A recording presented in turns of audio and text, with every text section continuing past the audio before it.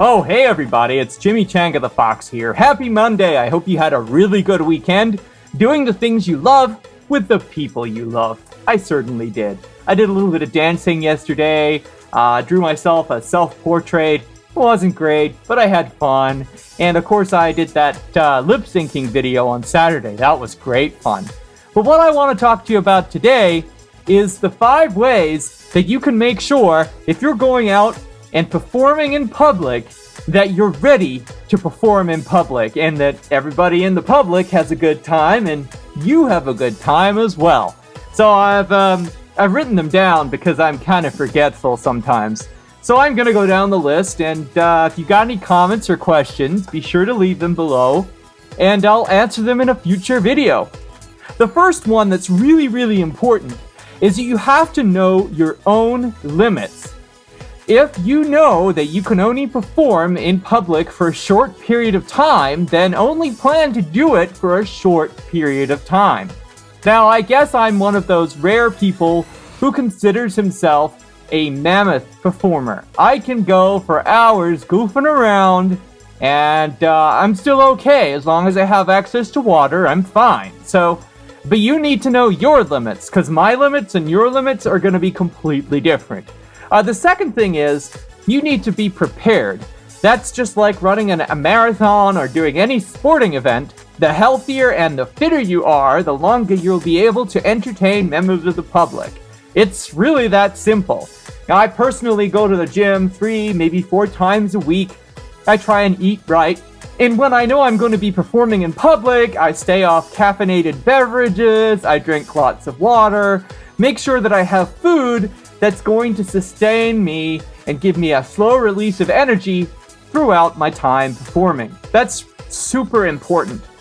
Number 3, you really need a handler. Now, if you're in Portland and you happen to be around this Sunday, that's Sunday the 10th of, no it's not, it's Sunday the 9th. If you're around on Sunday the 9th of October, come along to the Portland Central Library at 10 a.m. and there'll be a performance handling workshop there for furs who want to help handle other furs. It's gonna be great. I'll be running it, so it's gonna be a great workshop, at least I hope so. Maybe you'll just run away and scream if it's not. Anyway, you need a good handler. And you need a handler that understands what you can see, what you can't see, what your signs are if you don't talk. I do, as you can see. I'm talking now. This is me talking. Yep.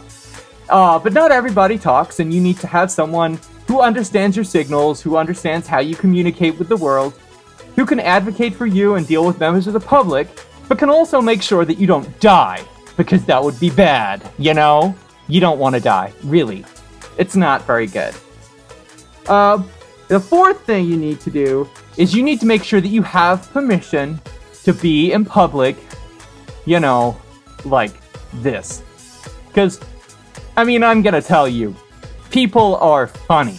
They think that a giant fox walking down the street is not cool. I don't get it either. I mean, it's normal for me, obviously, because I'm a giant red fox.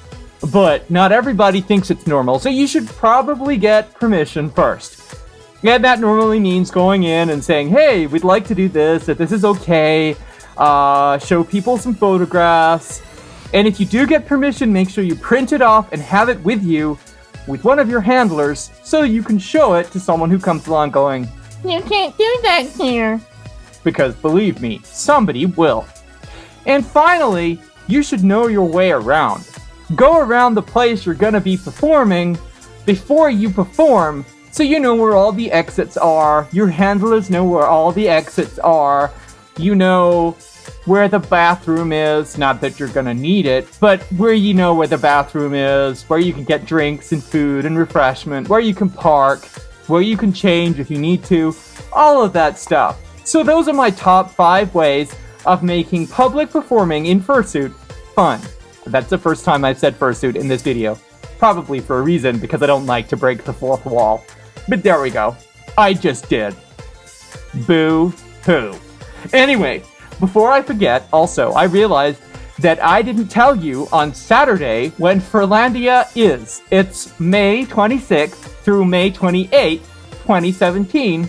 in Portland, Oregon. So go to furlandia.org and register, like now. Like the voting video. Go do it. Go do it now.